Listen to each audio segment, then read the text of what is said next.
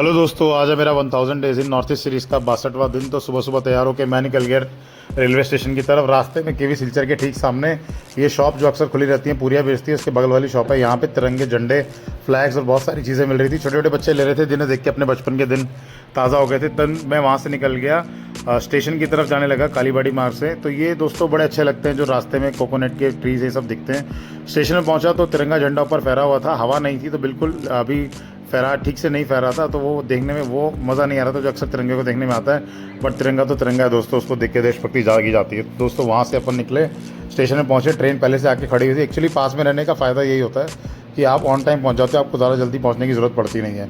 Train हमने ले ली थी और रास्ते से निकलने लगे तो बहुत सुंदर सुंदर नज़ारे हमें दिखने लगे।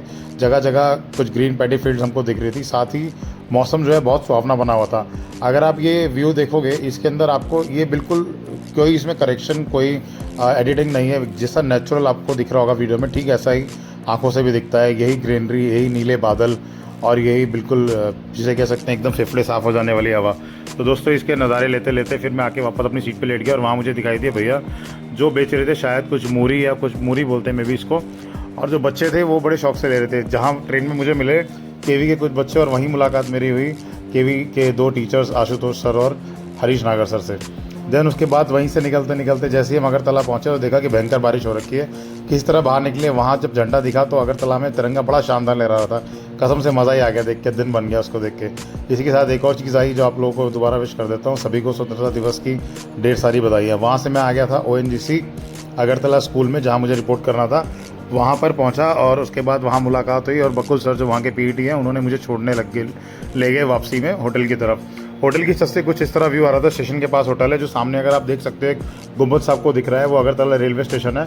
और उसी के साथ वही तिरंगा झंडा जो हमने दिन में दिखाया था वो अभी भी फहरा रहा है, जो कि अपने आप में देखते ही बढ़िया शानदार लगता है। और धीरे धीरे धीरे बारिश भी यहाँ चल रही है।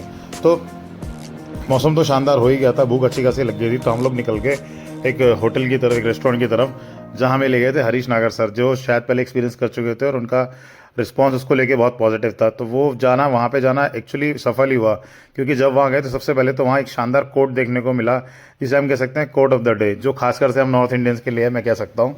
शायद नॉर्थ इंडिया के लोग ज़्यादा खाना खाने आते हैं, तो उन्होंने एक स्लिप ऊपर दीवार पे चिपका दिया। आप लोग भी पढ़े उसमें क्या लिखा हुआ है। तो यहाँ लिखा है, कृपया आपस में बातचीत के दौरान गाली का प्रयोग ना करें। जी बिल्कुल, इस चीज़ को आपको हमेशा फॉलो करना चाहिए।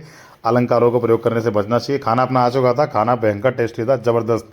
मतलब उम्मीद नहीं करी थी कि त्रिपुरा में आके, अगरतला में आके भी इतना बढ़िया खाना मिल जाएगा। बस रोटियां जो थी वो बहुत ज़्यादा पतली थी, जो बार बार मंगानी पड़ी। उसके बाद हम निकल के आइसक्रीम खाने। इस तरह रहा हमारे डे की एंड।